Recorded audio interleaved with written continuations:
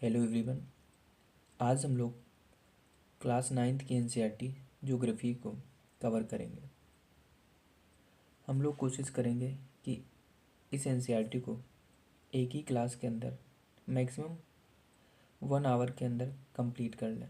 इसके लिए हमने अपने हैंड रिटन नोट्स यूज किए हैं। तो चलिए हम स्टार्ट करते हैं। बहुत ही सिंक्रोनाइज्ड वे में पढ़ेंगे। ये हिंदी और इंग्लिश दोनों मीडियम में मिक्सअप है, यानी इंग्लिश मीडियम में होगी। तो चलिए स्टार्ट करते हैं। तो यहाँ पे देखिए, ये पहले तो हमने इसका शेड्यूल सेट कर लिया है।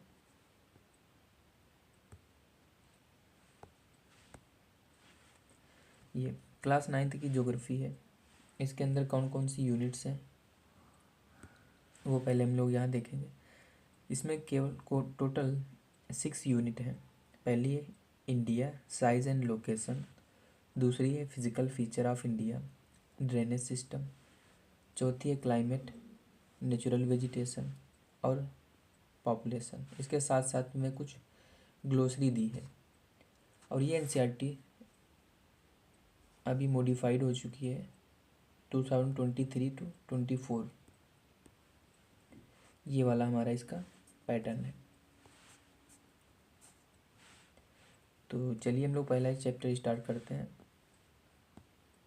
चैप्टर 1 है साइज एंड लोकेशन। इसमें हम लोग इंडिया के साइज और उसके लोकेशन के बारे में स्टडी करेंगे। पहली लोकेशन, इंडिया की लोकेशन नॉर्थ हेमीस्फीयर में है और मेन लैंड जो हमारा है वो 8 डिग्री 4 मिनट से लेकर 37 डिग्री 6 मिनट नॉर्थ लेटीट्यूड में है। साथ ही साथ अगर इसका हम लोग लॉन्गिट्यूडनल एक्सटेंशन देखेंगे तो ये 68 डिग्री 7 मिनट से लेकर 97 डिग्री 25 मिनट पूर्वी देशांतर है। इस प्रकार जो ट्रॉपिक ऑफ कैंसर यानी जो 23.5 डिग्री उत्तरी अक्षांश है वो भारत को 2 पार्ट्स में डिवाइड कर रही है। दूसरा हम लोग इसका साइज़ देखते हैं। इंडिया का टोटल एरिया जो है वो 3.828 मिलियन स्क्वायर किलोमीटर है, जो टोटल जोग्राफिकल एरिया जो वर्ल्ड है उसका 2.4% है। अगर हम लोग बात करेंगे कि हम कौन से नंबर पे आ रहे हैं तो इंडिया जो है वो वर्ल्ड में 7th लार्जेस्ट कंट्री है। इससे पहले कौन है तो रसिया है, चाइना, यूएसए, उसके बाद फिर से कनाडा, ब्राज़ील,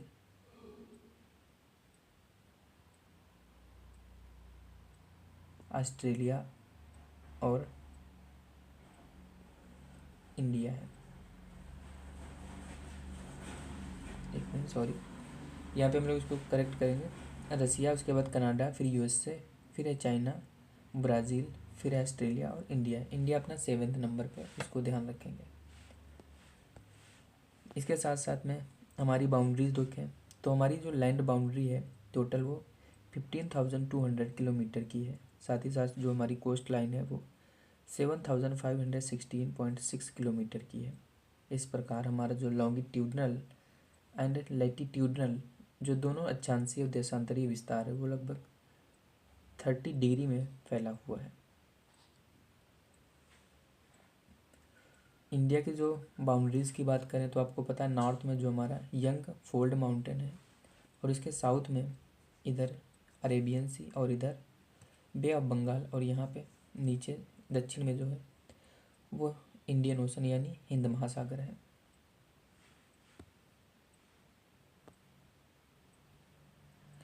अगर हम लोग टोटल साइज़ की बात करें तो नॉर्थ टू साउथ इसका जो एक्सटेंशन है वो 3314 किलोमीटर है, और जबकि ईस्ट टू वेस्ट 2933 किलोमीटर है। अगर इसके हम लोग लैटिट्यूडनल एक्सटेंशन जो है उसका इम्पेक्ट क्या पड़ता है इंडिया पे, तो वो क्या बोल रहा है कि जैसे जैसे हम लोग लोअर लोअर लैटिट्यूड की तरफ बढ़ते हैं वैसे वैसे दिन की वैल्यू क्या होती है, कम होती जाती है। तो ये यहाँ पे बताया गया है। फिर इंडिया और world, India is a south west extension of Asian continent. साथ ही साथ जो हमारा ट्रांस इंडियन ओशियन रूट है, इंडिया उस जैसे जो trans Indian Ocean trans Indian Ocean route है, तो इंडिया के यहाँ पे स्ट्रेटेजिकल इम्पोर्टेंस प्राप्त होता है। उसके बाद हम लोग इसकी नाइबरिंग कंट्रीज़ की बात कर लेते हैं।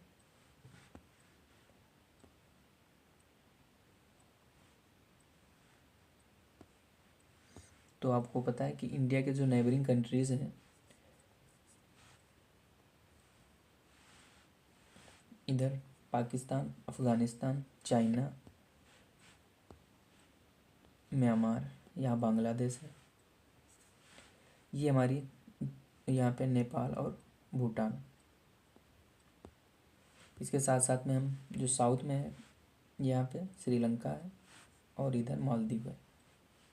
तो चलिए हम लोग, ये हमारा पहला चैप्टर था, इसमें इतना ही आपको पढ़ना है, इंडिया के साइज़ के बारे में और उसकी जो नाइबरिंग कंट्रीज़ उनके बारे में बताया गया है। साथ साथ में यहाँ पे 2 टर्म और दिए गए हैं, उनको भी देख लेते हैं। एक टर्म है हमारा प्रोविंसेस और दूसरा है प्रिंसली स्टेट। प्रोविंस क्या होते थे? जिन्हें ब्रिटिश गवर्नर रूल करते थे, जबकि प्रिंसली स्टेट पे लोकल जो रूलर्स होते थे वो शासन करते थे। ये हमारा चैप्टर 1 ख़त्म होता है। हम लोग चैप्टर 2 पे चल रहे हैं। ये हमारा फिजिकल फीचर ऑफ इंडिया। इसमें हम लोग क्या क्या देखेंगे, पहले तो देख लीजिए। India has practically all major type physical जो फीचर्स हैं वो सभी इंडिया के अंदर पाए जाते हैं। तो इम्पोर्टेंट कौन कौन से फिजिकल फीचर्स हैं, तो उसमें हमारा माउंटेन है, प्लेन्स है, डेजर्ट है, प्लेट्यूज है, आइलैंड है। तो जो माउंटेन है वो हमारा सबसे नवीनतम बना हुआ है, जबकि जो प्लेट्यूज है वो सबसे प्राचीनतम है। जो हमारा माउंटेन है वो क्या है, वो वेरी यूथफुल टोपोग्राफी को शो करता है, जहाँ पे हमको high peaks, deep valleys, fast flowing rivers देखने को मिलती हैं। अगर हम इसके फिजियोग्राफिकल डिवीज़न की बात करें, तो जो हमने ये 6 देखे हैं यही फिजियोग्राफिकल डिवीज़न है। जैसे नॉर्थ में हिमालय, फिर plains, peninsular plateau, coastal plain, islands. Plateau की बात करें तो प्लेटूज जो हैं वो composed by igneous and metamorphic rocks, ये याद रखना है, इग्नियस और मेटामॉर्फिक रॉक्स से बना है। साथ साथ में यहाँ पे हमको राइजिंग हिल्स और वाइड वैलीज भी मिलती हैं। अब हम लोग यहाँ पे जो इसके फिजियोग्राफिकल डिवीज़न है उनको एक एक करके देखेंगे। पहला है हिमालयन माउंटेन। तो हिमालयन माउंटेन जो है वो यंग फोल्ड माउंटेन है। इसकी रेंज जो है इंडस से लेकर ब्रह्मपुत्र तक फैली है। जैसे अगर हमारा ये इधर इंडस है और इधर यहाँ ब्रह्मपुत्र है, यहाँ तक इसकी रेंज फैली हुई है।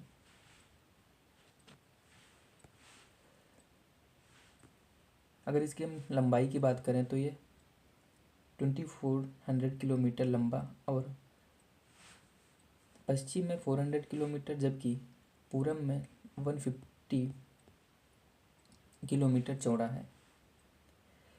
और इसकी जो 3 पैरेलल रेंजेस हैं उनके नाम भी आपको याद रखना है। जो 3 पैरेलल रेंजेस हैं वो कौन कौन सी हैं, तो आपको जो सबसे नॉर्थ में मिलेगी वो है इनर हिमालय या ग्रेट हिमालय, जिसे हम लोग हिमाद्री भी बोलते हैं। उसके थोड़ा नीचे आएंगे तो यानी साउथ में आएंगे तो हिमाचल या उसे लेसर हिमालय बोलते हैं, और लास्ट में शिवालिक्स। ये 3 रेंजेस हैं जिन्हें इसे हम लोग लॉन्गिट्यूडनल डिवीज़न ऑफ हिमालय बोलते हैं। कौन कौन सा? हिमाद्री, हिमाचल और शिवालिक। अब इनको हम लोग डिटेल से पढ़ेंगे। पहला हम लोग हिमाद्री को देखते हैं। हिमाद्री ये सबसे ज़्यादा कॉन्टिन्यूअस यानी कि नियमित रेंज है। यहाँ पे हमको हाई पीक्स मिलती हैं। ये असिमेट्रिकल इन नेचर है। साथ ही साथ में ये जो बनी वो किसकी बनी है? ग्रेनाइट की। यहाँ पे बहुत सारे हमको ग्लेशियर से देखने को मिलते हैं। इसके बारे में आपको इतने पढ़ना है। उसके बाद दूसरा हमारा है हिमाचल। हिमाचल जो है वो हाईली कंप्रेस्ड और एल्ट्रेड रॉक से मिलके बना हुआ है। इसकी हाइट जो है 3700 किलोमीटर से लेकर 4500 किलोमीटर तक है, जबकि इसकी चौड़ाई 50 किलोमीटर है। इसकी जो लॉन्गेस्ट रेंज है वो कौन है? पीर पंजाल। उसके बाद यहीं पे हमको धौलाधर और महाभारत श्रेणियाँ भी देखने को मिलती हैं। कश्मीर वैली पूछा जाता है किस में है, तो वो हिमाचल में है, जो हमारा हिमाचल रेंज है उस वाले। इसी प्रकार से हम लोग देख सकते हैं कांगड़ा और कुल्लू वैली जो हिमाचल प्रदेश की है वो भी यहीं देखने को मिलती है। कुछ हिल स्टेशंस भी हैं जैसे मसूरी, नैनीताल और रानीखेत, ये सब हमको नॉर्मली ज़्यादातर उत्तराखंड में देखने को मिलेंगे। इसके बाद हम तीसरी सीरीज जो रेंज है उस पर जाएंगे, वो कौन है? हमारी शिवालिक। ये सबसे आउटर मोस्ट रेंज है हिमालय की। इसकी जो हाइट है 900 से 1100 किलोमीटर तक है, जबकि विड्थ इसकी 10 to 50 किलोमीटर तक है। ये कंपोस्ट है वोल्कनाइज्ड सेडिमेंट्स से, यानी कि जो रिवर्स के द्वारा सेडिमेंट्स लाए जाए उनसे मिलके बनी है। यहाँ पे बहुत सारे दून्स पाए जाते हैं जैसे देहरादून, काटली दून और पुटली दून। फिर और एक डिवीज़न हम लोग करते हैं on the basis of reverse के। इसमें आपको ये याद रखना है कि इंडस, सतलज, काली, तिस्ता और दिहान। इंडस और सतलज के बीच जो है वो पंजाब हिमालय, या इसी को हम लोग कभी कश्मीर हिमालय या हिमाचल हिमालय के नाम से जानते हैं। दूसरा हमारा है सतलज और काली के बीच में कुमायूं हिमालय, काली और तीस्ता के बीच में नेपाल हिमालय, और तीस्ता और दिहांग के बीच में असम हिमालय है। ऐसे याद रखना है सिंधु, सतलज, काली, तीस्ता, दिहांग। यहाँ पंजाब हिमालय, यहाँ कुमायूं हिमालय, नेपाल हिमालय और असम हिमालय। इसके बाद हम लोग दूसरा देखेंगे अपना प्लेट्यू स्केल। साथ साथ में थोड़ा और देख लेते हैं। जो हिमालय जो है वो, इसको हम लोग ईस्ट में यानी पूर्व में से पूर्वांचल हिमालय भी कहते हैं, या इसे ईस्टर्न हिल के नाम से जाना जाता है। जहाँ पे आपको कुछ सीरीज़ मिलती है जैसे या हिल्स मिलती हैं, पटकाई हिल्स, नागा हिल, मणिपुर हिल्स और मिजो हिल्स। ये नॉर्थ टू साउथ है। इसका सीक्वेंस याद रखना है, पटकाई, नागा, मणिपुर और मिजो।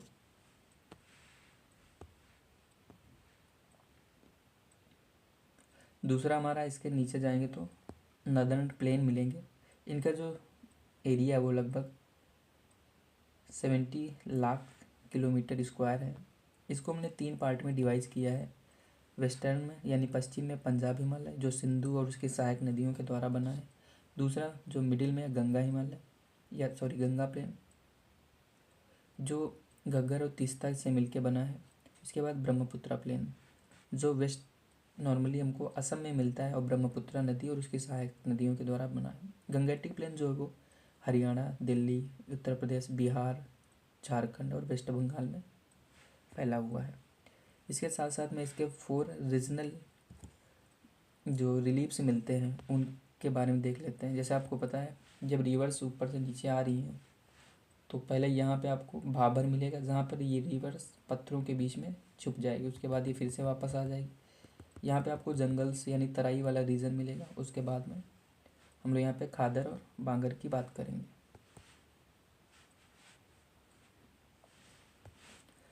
तो पहले है भाबर बेल्ट। भाबर बेल्ट जो है वो पैरेलल टू है हमारी नॉर्मली जो शिवालिक है उसके पैरेलल मिलती है।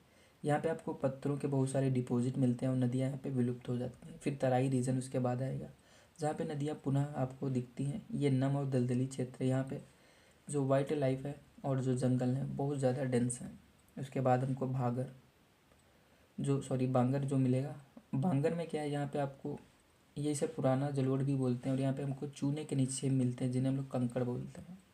इसके बाद आपको खादर मिलेगा जो यंगेस्ट डिपॉजिट है, ये ज़्यादा फर्टाइल होता है। उसके बाद पेनिसुलर प्लेटू जो है वो old crystalline, igneous and metamorphic rock से मिलके बना है, इसको याद रखना। ये फॉर्म जो है breaking and drifting of Gondwana land. आपको पता है कि ये जो हमारा जो प्लेटू वाला एरिया है ये पहले गोंडवाना लैंड का पार्ट था और उसके बाद ये नॉर्मली उत्तर की तरफ शिफ्ट हुआ है। तो बोल रहे हैं किससे मिलके बना है, ब्रेकिंग यानी टूटना, एंड ड्रिफ्टिंग यानी फ्लो होके आया है गोंडवाना लैंड से। ये ओल्डेस्ट लैंड मास है। इसके हमने 2 डिवीज़न किए हैं, पहला एक सेंट्रल आइलैंड और दूसरा डेक्कन प्लेटू। ये 2 हमने इसके डिवीज़न किए हुए हैं। जो सेंट्रल आइलैंड है, इसको जो ये नर्मदा जो रिवर है उसके नॉर्थ वाला जो रीजन है उसे हम लोग बोलते हैं सेंट्रल आइलैंड, और उसके जो साउथ में उसे हम लोग नॉर्मली डेक्कन प्लेटू बोलते हैं। और ये जो मालवा वाला रीजन उसको नॉर्मली कवर करता है। यहाँ पे जो नदियाँ हैं वो कौन सी हैं, चंबल, सिंध, बेतवा और केन। इसकी ढाल जो है वो नॉर्मली उत्तर पूर्व की ओर है। ये पश्चिम में चौड़ा और पूर्व में पतला है। इसका विस्तार जो है नॉर्मली जो पूर्वी विस्तार उसे हम लोग बुंदेलखंड और बघेलखंड 2 भागों में डिवाइड करते हैं। और पूर्व में ये इसका जो एक्सटेंशन है वो छोटा नागपुर का पठार है, जहाँ पे दामोदर नदी आपको मिलती है। ये केवल रिवीजन पर्पज से यहाँ पे हम लोग बहुत डिटेल में समझने वाले नहीं हैं। उसके बाद हम लोग बात करेंगे डेक्कन प्लेटू। डेक्कन प्लेटू जो है वो हमारा ये ट्रायंगुलर लैंड मास है जो नर्मदा के दक्षिण में मिलता है। यहाँ पे बहुत सारी सीरीज मिलती हैं आपको, यहाँ श्रेणियाँ जैसे सतपुड़ा हो गई, महादेव, कैमूर, मैकाल। ये पश्चिम में ऊंचा है, यानी कि इधर ऊंचा इस टाइप से, और इसकी पूर्व की ओर ढाल है। ये जो हमारा नॉर्थ ईस्टर्न में जो आपको पार्ट मिलता है जिसे हम लोग कार्बी एंगलोंग या मेघालय पठार के नाम से जानते हैं, वो इसी का पार्ट है। और इसी को हम लोग उत्तरी कछारी के नाम से भी जानते हैं। ये एक भ्रंश यानी कि फॉल्ट के द्वारा अलग होता है, जिसे हम लोग मालदा गैप बोलते हैं। और इसके पश्चिम में जो है पश्चिमी घाट और पूरब में है पूर्वी घाट। यानी कि अगर ये हमारा डेक्कन प्लेटू है तो इसके इधर मिलेगा आपका पश्चिमी घाट और इधर मिलेगा पूर्वी घाट। उनके बारे में अब हमको देखना है। पहले हम लोग पश्चिमी घाट की बात करते हैं। ये नॉर्मली जो है वो कॉन्टिन्यूअस है। इसको केवल आप जो पासेज हैं उन्हीं के द्वारा इसे क्रॉस किया जा सकता है, जिसमें थाल घाट, भोर घाट और पाल घाट ये फेमस हैं। ये पूरब में ऊंचा है, सॉरी पूर्व से ऊंचे हैं, यानी कि इसकी जो ढाल है वो पूर्व की तरफ है। पर्वतीय वर्षा होती है यहाँ पे, इसे हम लोग ओरोग्राफिक रेन बोलते हैं। इसका स्थानीय नाम भी कई सारे हैं जिन्हें आप आगे पढ़ेंगे। इसकी ऊंचाई दक्षिण की ओर, जैसे जैसे हम लोग दक्षिण की ओर जाते हैं वैसे वैसे इसकी हाइट बढ़ती जाती है। और सबसे ऊंची चोटी जो है उसे अनाईमुडी और उसके बाद दोदा बेटा। दोदा बेटा यानी 2 लगा है तो ये सेकेंड पे।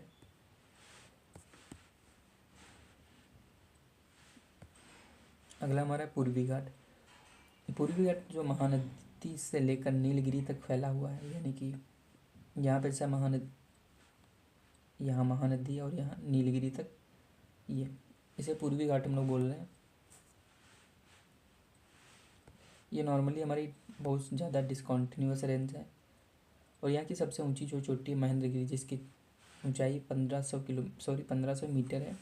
यह इसके दक्षिण में सेवराय और जावदी पहाड़ी पाई जाती है, जहाँ पे ऊटी जो फेमस टूरिस्ट प्लेस है वो यहीं पे स्थित है। इसके बाद हम लोग इंडियन डेजर्ट की बात करेंगे। इंडियन डेजर्ट जो है वो नॉर्मली आपको पश्चिम में मिलेगा, अरावली हिल्स के पश्चिम में। यह नॉर्मली सैंड डून से मिलके बना है या घिरा हुआ है। यहाँ जो वार्षिक वर्षा है वो यानी 15 सेंटीमीटर से भी कम होती है।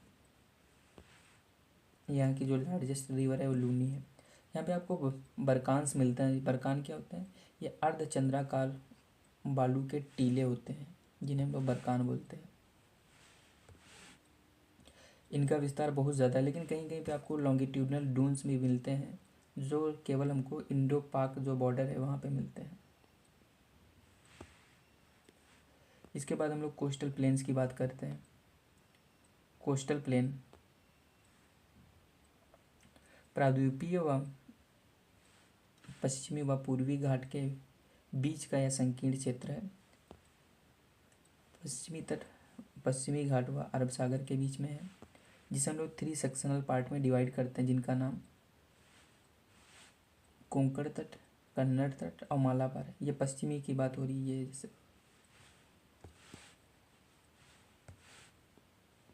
यहाँ ये पश्चिमी जो तट है इसको हम लोग 3 पार्ट में डिवाइड किए हैं, कोंकण, कन्नड़ और मालाबार।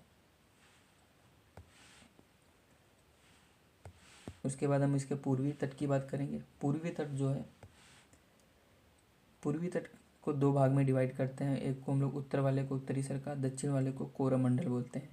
यह पश्चिमी घाट से थोड़ा ज़्यादा चौड़ा है। यहाँ पर डेल्टा पाया जाता है, जबकि यहाँ पश्चिमी में एस्चुरी पाया जाता है।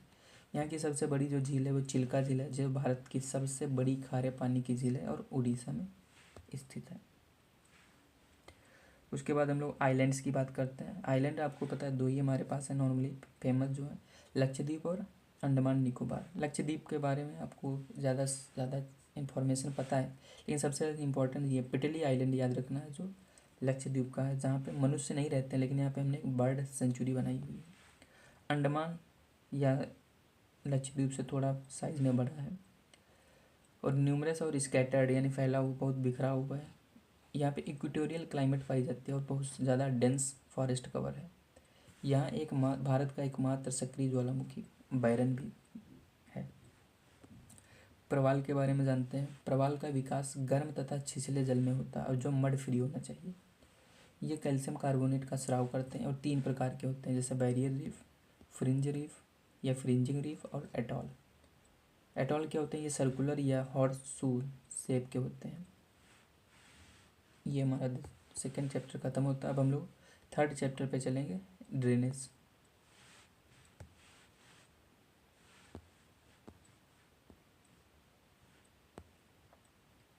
ये हमारा तीसरा चैप्टर है, ड्रेनेज। ड्रेनेज होता क्या है? तो river system of an area, यानी किसी एक एरिया में जो रिवर सिस्टम, उसे हम लोग ड्रेनेज बोलते हैं। The area drained by a single river system, उसे हम लोग उसका ड्रेनेज बेसिन बोलते हैं। जैसे गंगा है, उसके द्वारा उसके पूरे एरिया में जहाँ जहाँ से गंगा का वाटर फ्लो होके आता है, उसे हम लोग बोलते हैं उसका ड्रेनेज बेसिन। और कोई एक माउंटेन या अपलैंड जो होती है, जो क्या करती है, एक ड्रेनेज बेसिन को दूसरे ड्रेनेज बेसिन से अलग करती है, उसे हम लोग वाटर डिवाइड बोलते हैं।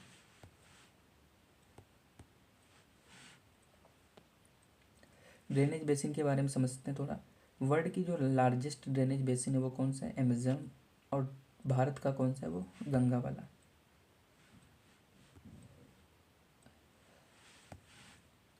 अब हम लोग देखते हैं इसको, जो ड्रेनेज सिस्टम, इसे हम लोग थोड़ा डिवाइड करते हैं, या जो अपवाह तंत्र के आधार पर जो रिवर्स हैं वो 2 प्रकार के होते हैं।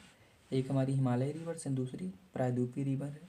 हिमालय रिवर्स की प्रॉपर्टीज़ क्या है? ये बारहमासी यानी कि पेरिनीलियन होती हैं। यहाँ गार्जों का निर्माण होता है।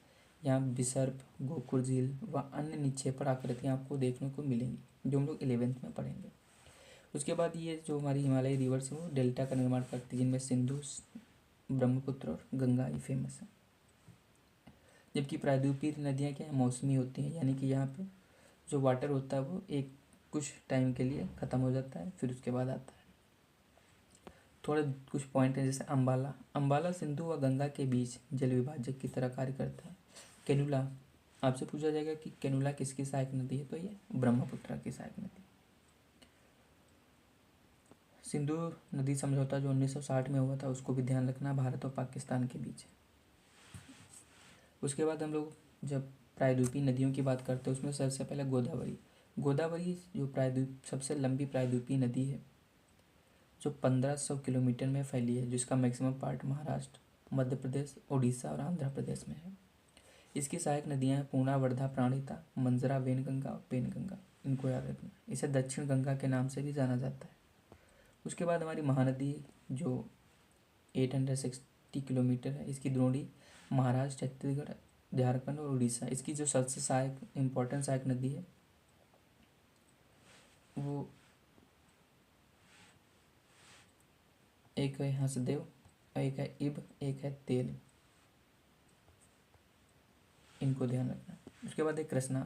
कृष्णा महाराष्ट्र के महाबलेश्वर से निकलती है, जो टोटल 1400 किलोमीटर के एरिया में फ्लो होती है। इसकी प्रमुख सहायक नदियां हैं तुंगभद्रा, कोयना, घाटप्रभा, मूसी, भीमा, मालप्रभा।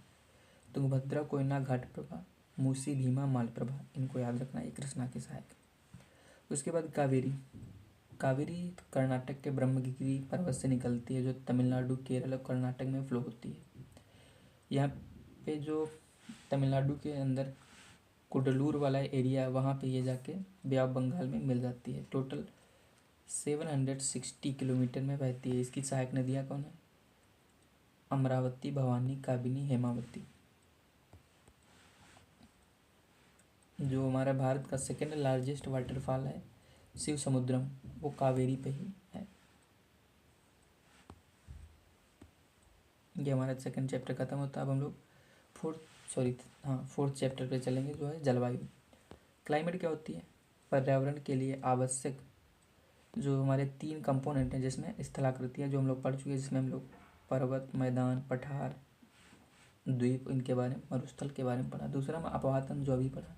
उसके बाद जलवायु, यानी किसी भी पर्यावरण को समझना तो ये 3 चीज़ें आप समझ जाइए वहाँ की। तो हम 2 समझ चुके हैं, अब तीसरा भारत के बारे में पढ़ते हैं, जलवायु। जलवायु क्या है? तो इसे हम लोग बोलते हैं sum of total weather condition and variation over a large area for a long time period. यानी लगभग 30 साल का हम लोग वहाँ का जो वेदर कंडीशंस होती है, या जो मौसम में चेंज होता है, उसको हम लोग देखते रहते हैं, फिर उसी को एवरेज निकाल के देखते हैं, उसे हम लोग क्लाइमेट बोलते हैं। वेदर की फिर क्या है? Weather refers the state of atmosphere. Weather क्या है? ये स्टेट ऑफ एटमॉस्फेयर है over an area at any point of time. यानी किसी समय किसी एरिया में जो एटमॉस्फेरिक कंडीशंस होती हैं, उसे हम लोग उसका वेदर बोलते हैं। क्लाइमेट और जो वेदर, इन दोनों के एलिमेंट्स सेम होते हैं, जैसे टेम्परेचर, प्रेशर, विंड, ह्यूमिडिटी और प्रेसिपिटेशन। उसके बाद क्लाइमेट के बेसिस पे हमने पूरे वर्ल्ड को कुछ क्लाइमेटिक जोन्स में डिवाइड करते हैं। उसमें इंडिया जो है हमारा, वो मानसून टाइप की क्लाइमेट यहाँ पे पाई जाती है, जहाँ पे रीजनल वेरिएशंस भी मिलते हैं। रीजनल वेरिएशन जैसे टेम्परेचर और वर्षा, इनको थोड़ा ध्यान रखें। मानसून वर्ड जो है वो एक अरेबियन वर्ड है, मौसम से मिलके बना है, जिसका मतलब होता है seasonal reversal in the wind direction during a year. उसके बाद हम लोग क्लाइमेटिक कंट्रोल की बात करते हैं। क्लाइमेट को कौन कौन से फैक्टर कंट्रोल करते हैं, उसमें कौन है? लैटिट्यूड होता है, एल्टीट्यूड, लैटिट्यूड का मतलब अक्षांश, उसके बाद एल्टीट्यूड मतलब हाइट, फिर pressure and wind system, distance from sea, ocean current और रिलीफ फीचर। आपको पता है कि जैसे जैसे लैटिट्यूड हम लोअर लैटिट्यूड से हायर लैटिट्यूड की तरफ जाते हैं, वैसे वैसे सोलर जो एनर्जी मिल रही है, यानी कि जिसे हम लोग इंसोलेशन बोलते हैं, वो कम मिलेगा। अगर वो कम मिलेगा तो टेम्परेचर कम होगा, टेम्परेचर कम होगा तो प्रेशर भी हमारा कम हो जाएगा, प्रेशर कम होगा तो विंड का पैटर्न बदल जाएगा। इसी टाइप से एल्टीट्यूड, जैसे जैसे हम लोग हाइट पे जाते हैं, वैसे वैसे एटमॉस्फेरिक डेंसिटी कम होती है और टेम्परेचर घटता जाता है। प्रेशर विंड और विंड ये नॉर्मली टेम्परेचर पे डिपेंड करती हैं, और टेम्परेचर लैटिट्यूड और एल्टीट्यूड पे डिपेंड करता है।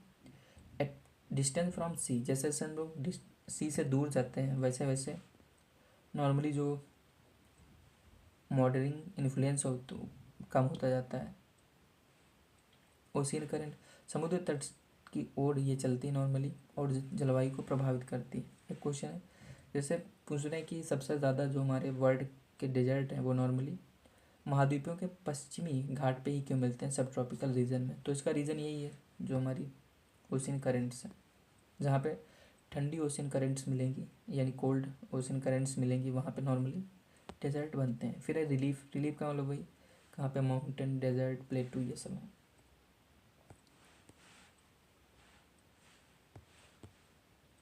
उसके बाद हम लोग इंडिया की क्लाइमेट को कौन कौन से फैक्टर इफेक्ट करते हैं, उनके बारे में देखेंगे। पहला हमारा लैटिट्यूड, एल्टीट्यूड और प्रेशर एंड विंड है। तो लैटिट्यूड, जैसे कि हमने देखा, कर्क रेखा जो है वो भारत के मध्य से होकर पास होती है और भारत को 2 भागों में डिवाइड करती है। कर्क रेखा के जो नॉर्थ में है, उसे हम लोग नॉर्थ है वाले को हम लोग उपोष्ण बोलते हैं, यानी ट्रॉपिकल बोलते हैं, जबकि नीचे वाले यानी दक्षिण वाले पोर्शन को लोग टेम्परेट या उष्ण बोलते हैं। भारत की जलवायु इस प्रकार हम लोग देख रहे हैं, तो उष्ण और उपोष्ण दोनों प्रकार की है। एल्टीट्यूड, हिमालय जो है हमारा, वो क्या करता है, मध्य एशिया से जो ठंडी हवाएं आती हैं उनको रोक के भारत को कोल्ड डेजर्ट होने से बचाता है।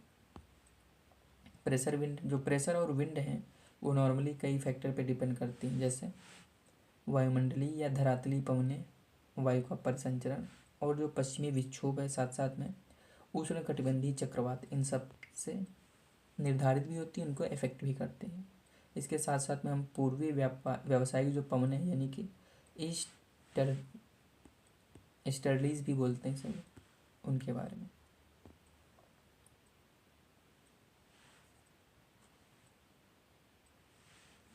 यहाँ पे ये कह रहा है कि भारत जो है उत्तर पूर्वी जो पवनें हैं यानी कि जो उत्तर से इस टाइप से जो चल रही पवनें,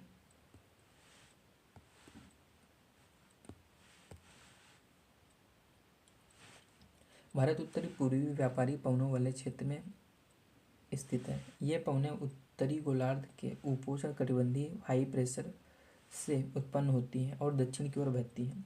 कोरियोलिस बल के कारण ये दाईं ओर विक्षेपित होकर विषुवतीय निम्न दाब वाले क्षेत्र की ओर बढ़ती हैं। सामान्यतः इन पवनों में नमी बहुत कम होती है क्योंकि ये स्थलीय भागों से जाती हैं, इसलिए इन पवनों द्वारा वर्षा या तो होती नहीं या बहुत कम होती है। इस प्रकार भारत को तो एक शुष्क क्षेत्र होना चाहिए, लेकिन ऐसा है नहीं। उसका रीज़न क्या है? क्योंकि हमारी जो भारत है उसकी जो पवन है और दाब है उसका द्वितीय वो है, क्योंकि शीत ऋतु में जो हिमालय है उसके नॉर्थ में हाई प्रेशर और दक्षिण में लो प्रेशर बनता है, जो महासागरीय क्षेत्र में जो हाई प्रेशर होता है वहाँ से पवनों को अट्रैक्ट करता है। इसी टाइप से ग्रीष्म ऋतु में भी जब नॉर्मली ITCZ जो होता है वो जब दक्षिण को ITCZ जब उत्तर की ओर आता है तो उसके कारण भारत में लो प्रेशर बनता है, जिसके कारण दक्षिण पश्चिम मानसून भारत की ओर आता है। इसके बाद यहाँ पे हम लोग कोरियोलिस फोर्स की बात करते हैं। कोरियोलिस फोर्स क्या है? पृथ्वी के घूर्णन से उत्पन्न जो बल होता है उसे हम लोग कोरियोलिस बल बोलते हैं। यह उत्तरी गोलार्ध में दाईं ओर और जबकि दक्षिणी गोलार्ध में बाईं ओर मुड़ता है। इसे हम लोग फेरल का नियम भी बोलते हैं।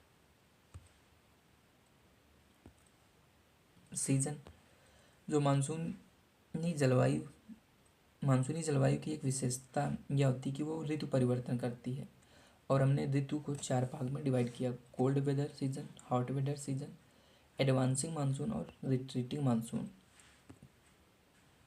कोल्ड वेदर सीजन, इसमें नॉर्मली जो हमारा उत्तर का भाग है वहाँ का टेम्परेचर 10 से 15 डिग्री सेंटीग्रेड, दक्षिण में 24 से 25 डिग्री सेंटीग्रेड टेम्परेचर मिलता है। साथ ही साथ में यहाँ पे जो दिन होते हैं वो गर्म जबकि रहते हैं ठंडी होती है।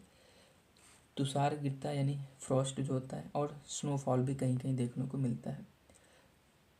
विंटर में नॉर्मली पश्चिमी विक्षोभ से उत्तर पश्चिमी भाग में वर्षा होती है, जिसे हम लोग महावट के नाम से जानते हैं। इसको याद रखना, महावट क्या है? तो शीत ऋतु में होने वाली वर्षा जो पश्चिमी विक्षोभ के कारण होती है। साथ ही साथ में उत्तर पूर्वी की जो व्यापारिक पवनें हैं वो भी नॉर्मली इस समय फ्लो होती हैं और तमिलनाडु के तट पे कुछ ना कुछ वर्षा करती हैं। इसके बाद हम लोग हॉट वेदर की बात करते हैं, जो मार्च से मई के बीच में रहता है। यहाँ पे टेम्परेचर उत्तर में 45 डिग्री जबकि दक्षिण में 38 डिग्री। दक्षिण में कम क्यों है? क्योंकि वहाँ समुद्र है आसपास। जब हॉट वेदर कंडीशन होती तो प्रेशर कम हो जाता है, इसी वजह से जो हमारी मानसून है इसके कारण आता है। यहाँ पे हॉट जो यानी कि गर्मियों में क्या होती है, लू चलती है, जो स्थानीय राहत तो देती है क्योंकि टेम्परेचर कम कर देती है, लेकिन ये घातक होती है। कभी कभी कहीं कहीं हमको वर्षा भी मिलती है, जिसे वेस्ट बंगाल में काल बैसाखी, कर्नाटक और केरल में आम्र वर्षा या मैंगो शॉवर के नाम से हम लोग जानते हैं। वर्षा ऋतु का आगमन, ये नॉर्मली जून में प्रारंभ होती है और उत्तरी मैदान में जो लो प्रेशर बनता है उसके कारण आगे बढ़ती जाती हैं। दक्षिण की व्यापारिक पवनें इसी लो प्रेशर के कारण आकर्षित होती हैं। मानसून का प्रारंभ पश्चिमी घाट के पवन मुखी यानी कि जो विंड वर्ड साइड होती है वहाँ से शुरू होती है, और पश्चिमी घाट पे इसकी वर्षा लगभग 250 सेंटीमीटर से भी अधिक होती है। साथ ही साथ जो दक्कन का पठार मध्य प्रदेश में भी इससे वर्षा होती है, हालांकि वो वृष्टि क्षेत्र है फिर भी इससे वर्षा होती है। गंगा घाटी में पूर्व से पश्चिम की ओर वर्षा होती है, यानी इधर से वर्षा चलती है ऐसे। वर्षा विराम का कारण क्या होते हैं? जो मानसूनी गर्त होते हैं कुछ, उनके कारण कभी कभी वर्षा विराम भी देखने को मिलता है। तो ये हम लोग देखते हैं मानसून यहाँ 1 जून से इंटर करता है और ये केरल वाले पोर्शन और यहाँ एक ही साथ इंटर करता है। उसके बाद 5 जून को ये थोड़ा और आगे बढ़ता है, फिर 10 जून मुंबई को भी क्रॉस कर जाता है। इसके बाद 15 जून गुजरात, 9 जुलाई जो राजस्थान वाला रीजन और 12 जुलाई यहाँ से फिर वापस होना शुरू होता है। तो हम देख रहे हैं कि नॉर्मली जो हमारा 10 से 15 जून के बीच का क्षेत्र है, इसमें नॉर्मली मैक्सिमम पोर्शन में हमारे वर्षा होने लगती है। फिर वर्षा का डिस्ट्रीब्यूशन भी देख लेते हैं।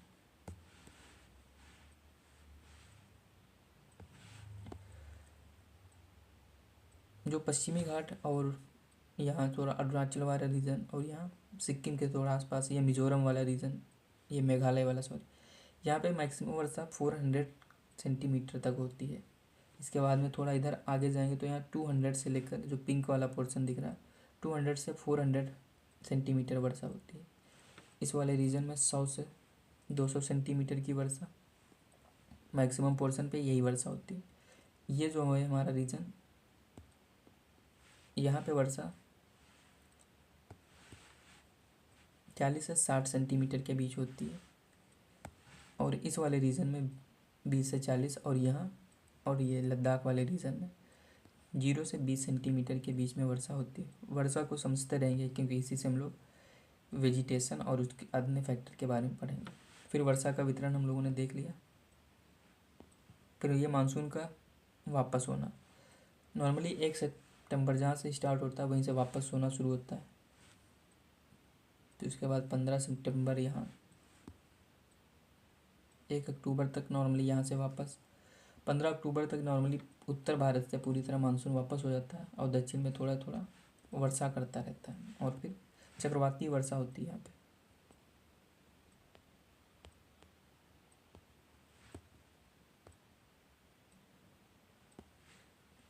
अगर हमारा नेक्स्ट चैप्टर है natural vegetation and wild life, तो भारत देश जो है विश्व के लगभग 12 जैव विविधता वाले देशों में से एक है। लगभग हमारे यहाँ 47,000 विभिन्न प्रकार के पौधे और जातियाँ पाए जाने के कारण विश्व में यह 10वें स्थान पर है और एशिया में 4थे स्थान पर। पूछ सकता है कि ये भारत और एशिया में पहले स्थान पर, तो गलत हो जाएगा। भारत में लगभग 15,000 फूलों के पौधे पाए जाते हैं जो विश्व का लगभग 6% है। साथ ही साथ बहुत से बिना फूलों वाले पौधे भी पाए जाते हैं, जैसे फर्न, शैवाल और कवक। लगभग 90,000 जातियों के जानवर और विभिन्न प्रकार की मछलियाँ भी भारत में पाई जाती हैं। एक नया टर्म है यहाँ पे, वर्जिन वेजिटेशन। वर्जिन वेजिटेशन क्या होता है? ऐसी वेजिटेशन या ऐसी वनस्पति जो मानव हस्तक्षेप के बिना ही उत्पन्न और ग्रो करती है, उसे हम लोग क्या बोलते हैं? Virgin vegetation. इस टाइप से कृषि फसलें, फल, बागान, ये सब प्राकृतिक वनस्पतियाँ नहीं हैं। एक है indigenous and exotic species. Indigenous यानी कि स्वदेशी स्पेसीज कौन सी होती है? प्योरली जो इंडियन होगी उसे हम लोग क्या बोलेंगे? स्वदेशी। जबकि बाहर से जो आएंगे उन्हें हम लोग विदेशी जातियाँ बोलते हैं। फ्लोरा क्या होता है? Plant of a particular region and period. जबकि फौना क्या है? Species of animal. फिर हम लोग देखते हैं कि टाइप्स ऑफ वेजिटेशन इंडिया में कितने टाइप से पाए जाते हैं। तो इंडिया में जो पाए जाते हैं वो tropical evergreen, tropical deciduous, tropical thorn and scrub, mountain forest यानी पर्वतीय, और मैंग्रोव। ये 6 प्रकार के पाए जाते हैं। अब इनको हम लोग डिटेल से पढ़ेंगे। पहला हमारा ट्रॉपिकल एवरग्रीन फॉरेस्ट। अत्यधिक वर्षा वाले क्षेत्रों जैसे लक्षद्वीप, अंडमान, असम, पश्चिमी घाट, तमिलनाडु के तटवर्ती इलाकों में पाए जाते हैं। इनमें जो वृक्षों की ऊंचाई होती है वो 60 मीटर तक पहुंच जाती है। वर्ष भर गर्म व आर्द्र मौसम होने की वजह से यहाँ की वनस्पतियाँ, हर प्रकार की वनस्पतियाँ यहाँ पाई जाती हैं, जिनमें वृक्ष, झाड़ियाँ, लताएँ भी हैं। या नॉर्मली मल्टी लेयर्ड स्ट्रक्चर बनाते हैं। इंपॉर्टेंट है ये।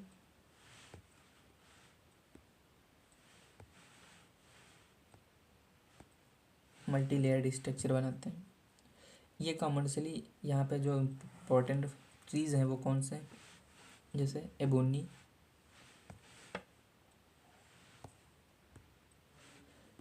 हो गया, महोगनी हो गया हमारा, रोजवुड, रबड़ और सिनकोना। ये यहाँ पे हमारे फेमस या इम्पोर्टेंट जो है ट्रीज़ हैं, इनको याद रखना है। एबोनी, महोगनी, रोजवुड, रबड़ और सिनकोना। एबोनी, महोगनी, रोजवुड, रबड़, सिनकोना। फिर जानवर कौन कौन से हैं, जैसे बंदर है, सांप है, लैमूर है, हिरण और एक सींग वाला गैंडा, ये भी यहाँ पाए जाते हैं। उसके बाद में ट्रॉपिकल डेसिडियस फॉरेस्ट, ये नॉर्मली मोस्ट वाइड स्प्रेड यानी सबसे ज़्यादा भारत में यही पाए जाते हैं। जहाँ वर्षा 200 सेंटीमीटर से लेकर 70 सेंटीमीटर के बीच में होती वहीं पाए जाते हैं। ये नॉर्मली अपनी पत्तियाँ गिरा देते हैं।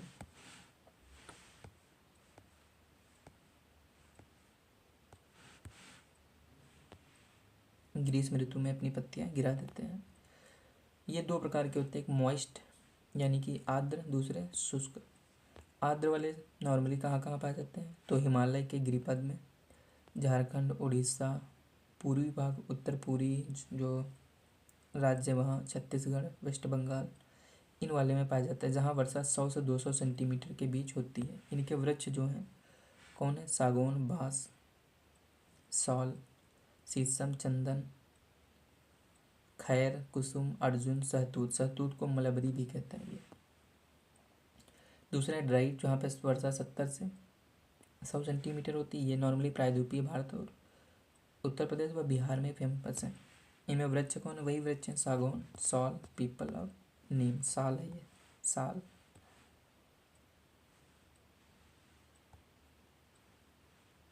एक यहाँ पे नया टर्म है, देख लीजिए, सर्पगंधा जो है वो केवल भारत में पाए जाने वाला वृक्ष है।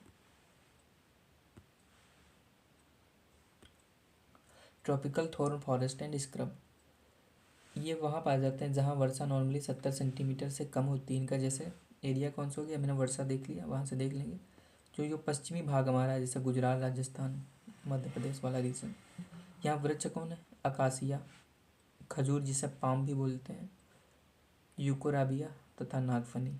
जानवर चूहा, खरगोश, लोमड़ी, भेड़िया, शेर, सिंह, जंगली गधा और इसको याद रखना, और ऊँट।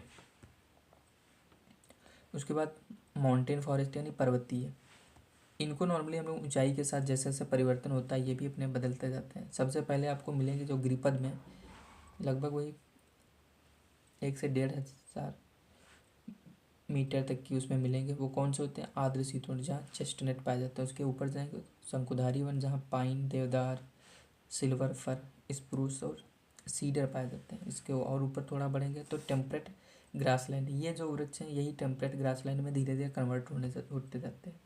उसके अलावा अल्पाइन घास और लास्ट में टुंड्रा वनस्पति, जिसमें हमको मॉस और लाइकेन मिलेंगे। हमारा लास्ट है मैंग्रोव फॉरेस्ट, ये वहाँ पाए जाते हैं जहाँ नॉर्मली ज्वारभाटा आते हैं। इनमें पौधों की जड़ें जो हैं पानी में डूबी रहती हैं। ये गंगा, ब्रह्मपुत्र, महानदी, गोदावरी, कृष्णा और कावेरी वाले क्षेत्र में पाए जाते हैं। इनमें वृक्ष है नारियल, ताड़, क्योडा और एंगार। जानवर लाल टाइगर ऑफ बंगाल, मगरमच्छ, कछुआ, घड़ियाल, सांप, ये सब पाए जाते हैं। ये तो मैंने देख लिया फॉरेस्ट वेजिटेशन के बारे में। अब वाइल्ड लाइफ के बारे में देखें। भारत में लगभग 90,000 प्रजातियाँ पाई जाती हैं जानवरों की, 2,000 से अधिक पक्षियाँ जो वर्ल्ड का 13% है, लगभग 2500 मछलियों की जातियाँ जो 12% है। इसके साथ साथ में उभयचर, सरीसृप, स्तनधारी और बहुत से जानवर भी पाए जाते हैं, जिनमें हाथी जो है, हाथी कहाँ पाया जाता है, असम, केरल और कर्नाटक। एक सींग वाला गैंडा असम में, जंगली गधा कच्छ के रण में और ऊँट भी उधर ही पाया जाता है। भारत विश्व का एकमात्र ऐसा देश है जहाँ पे शेर और बाघ दोनों पाए जाते हैं। शेर गिरी गुजरात और जबकि बाघ मध्य प्रदेश, झारखंड और वेस्ट बंगाल में। नीली भेड़ जो है वो हिमालय में पाई जाती है। कियांग को याद रखना है, तिब्बती गधा है ये। इनके संरक्षण के लिए बहुत सारे प्रयास किए गए हैं, जिनमें 18 जीवमंडल यानी बायोस्फीयर रिजर्व हमने बनाए, जो 12 यूनेस्को में। हमने 106 national park, 573 wild life sanctuary और कुछ जूलॉजिकल गार्डन बनाए हैं। प्रोजेक्ट बहुत सारे चलाए, जैसे project tiger, project rhino, project elephant, project hangul, project great Indian bustard. ये वनों का डिस्ट्रीब्यूशन है।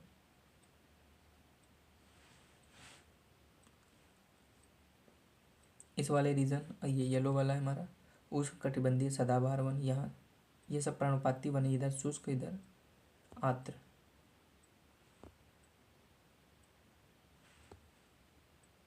यहाँ हमको कटीले वन और ये पर्वतीय वन मिलेंगे, छोटे छोटे कुछ पार्ट यहाँ पे मैंग्रोव मिलेंगे। फिर कुछ नेशनल पार्क और इनको याद रखना है, जैसे यहाँ पे जम्मू कश्मीर में दाचिंगम, राजाजी, कार्बेट, दुधवा, मानस, काजीरंगा, गोरुमारा, सिमलीपाल, राजगीर, कान्हा और तदोबा, संजय गांधी, शिवपुरी, रणथंभौर, केवलादेव और गिर नेशनल पार्क हैं ये। इसके साथ साथ में यहाँ पे रंगाडिल्लू, बांदीपुर, गुइंडी और वेदांतुंगम। साथ साथ में कुछ हमारे पास वाइल्ड लाइफ सेंचुरीज हैं, जैसे कापाल याद रखना है, पोचरम, अटूनागम, चंदका, ऊपर यहाँ पे सरिस्का और चंद्रप्रभा। चंद्रप्रभा उत्तर प्रदेश में, सरिस्का राजस्थान।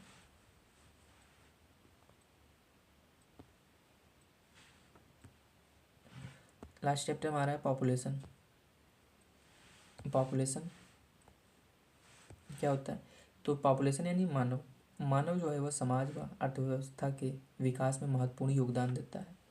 यह संसाधनों का निर्माण कर और उनका उपयोग करने के साथ साथ यह खुद एक संसाधन है। मानव एक संदर्भ बिंदु है जिससे हम दूसरे तत्वों का अवलोकन करते हैं और उनके अर्थ व महत्व को जानते हैं। मनुष्य अगर नहीं होगा तो हमको आपदा या संसाधन या विनाश का कोई महत्व नहीं है। यानी कि जनसंख्या के लिए ही आपदा, संसाधन और विनाश का अर्थ है। यह संसाधनों की संख्या, वितरण, वृद्धि मतलब जो ये सब है फैक्टर, वो मनुष्यों की संख्या, वितरण, वृद्धि, गुण आदि सभी फैक्टर को इफेक्ट करते हैं, इसलिए इनका अध्ययन बहुत ज़रूरी है। भारत में यह जानकारी हमें जनगणना से प्राप्त होती है कि जनसंख्या कितनी है, उनका वितरण कैसा है, उनकी वृद्धि कैसी है, उनके गुण क्या है, यानी विशेषताएं क्या है। अब हम लोग भारत की पॉपुलेशन और उसका साइज़ एंड डिस्ट्रीब्यूशन देख लेते हैं। साइज़ आपको पता है कि नॉर्मली हमारे पास जो एरिया 2.4% है, 3.28 मिलियन स्क्वायर किलोमीटर है। टोटल वर्ल्ड की पॉपुलेशन हमारे यहाँ लगभग 17.5% पॉपुलेशन है 2011 की जनगणना के हिसाब से। लगभग 121 करोड़ लोग भारत में हैं। मैक्सिमम पॉपुलेशन स्टेट है उमा बिहारी, उत्तर प्रदेश, महाराष्ट्र, फिर बिहार, उमा फिर Bihari.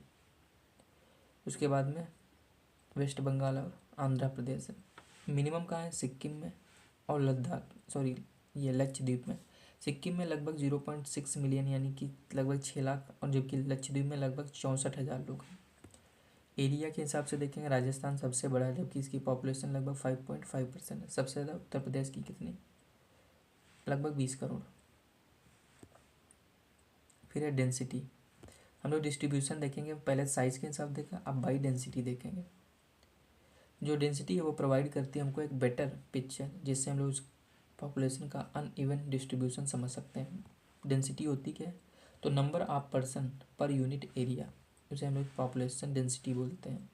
India is the one of the most density या densely populated country in the world. कौन से नंबर की? 3rd। 382 हमारी पॉपुलेशन डेंसिटी है। हमसे आगे बांग्लादेश और जापान है। स्टेट वाइज की बात करें तो सबसे ज़्यादा पॉपुलेशन डेंसिटी हमको बिहार में, फिर वेस्ट बंगाल, फिर केरल, फिर उत्तर प्रदेश में। सबसे कम अरुणाचल प्रदेश 17 मिले। Population growth and process of population change. Population is a dynamic phenomena, यानी ये लगातार बदलती रहती है और इसके नंबर, डिस्ट्रीब्यूशन और कंपोजिशन जो है वो नॉन कॉन्टिन्यूसली चेंज होता है। तो ये कौन से हमारे प्रोसेस हैं? तो 3 प्रोसेस हैं। बर्थ इनके द्वारा बदलती है, डेथ और माइग्रेशन, इनको भी आगे बढ़ते हैं। पहले हम लोग पॉपुलेशन ग्रोथ की बात करते हैं। पॉपुलेशन ग्रोथ का मतलब क्या है? Change in number of inhabitant, यानी निवासियों की संख्या में जो चेंज हो रहा है उसे हम लोग पॉपुलेशन ग्रोथ या पॉपुलेशन चेंज बोलेंगे। पॉपुलेशन ग्रोथ को हम लोग दो टाइप से एक्सप्रेस कर सकते हैं, एक एब्सोल्यूट टर्म यानी उसे नंबर के टर्म में डिफाइन कर दें, या दूसरा परसेंटेज जिसे हम लोग एनुअल ग्रोथ रेट के बारे में डिफाइन करते हैं परसेंटेज के टर्म में। फिर है पॉपुलेशन जो कौन कौन से फैक्टर हैं, तो पहला कौन सा देखा हमने, बर्थ रेट, डेथ रेट और माइग्रेशन। बर्थ रेट का मतलब क्या है, नंबर ऑफ लाइव्स बर्थ यानी कि जीवित बच्चों की संख्या 1000 पे, उसे हम लोग बर्थ रेट बोलते हैं। फिर डेथ रेट, डेथ रेट क्या है, नंबर ऑफ डेथ पर 1000 पर्सन इन ईयर। जबकि माइग्रेशन का मतलब होता है movement of people across region and territories. ये टू टाइप से होता है, एक इंटरनल दूसरा एक्सटर्नल। एक्सटर्नल का मतलब बिटवीन द कंट्री, जबकि इंटरनल मतलब with in the country. With in the country ये नॉर्मली पॉपुलेशन को, उसके साइज को नहीं इफेक्ट करता, लेकिन डिस्ट्रीब्यूशन को, जिसमें एज और सेक्स का जो कंपोजिशन उसे ये प्रभावित करता है। और सबसे ज़्यादा जो इंटरनल माइग्रेशन है वो कौन सा, rural to urban migration.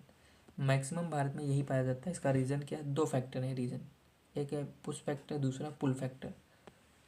Push factor जो है वो नॉर्मली रूरल एरिया यानी पुश करते हैं उसको, कौन सी से, पॉवर्टी, अनएम्प्लॉयमेंट। जबकि पुल फैक्टर कौन सा, जो खींचते हैं शहरों के, जैसे वहाँ पे एम्प्लॉयमेंट अपॉर्चुनिटीज़ हैं, बेटर लिविंग स्टैंडर्ड, या जैसे हेल्थ, एजुकेशन, ये सब। इसका इम्पैक्ट क्या पड़ता है जो माइग्रेशन हो रहा है, तो नॉर्मली जब हम 1951 की बात करें तो हमारे जो शहरी जनसंख्या थी वो लगभग 17% थी, जो वर्तमान में लगभग 31.8% हो गई। मिलियन सिटीज़ जो हैं वो लगातार बढ़ रही हैं। ये लगभग पिछले 10 साल में 35 से बढ़कर 53 हो गई हैं, और 2023 की बात करें तो ये 59 है।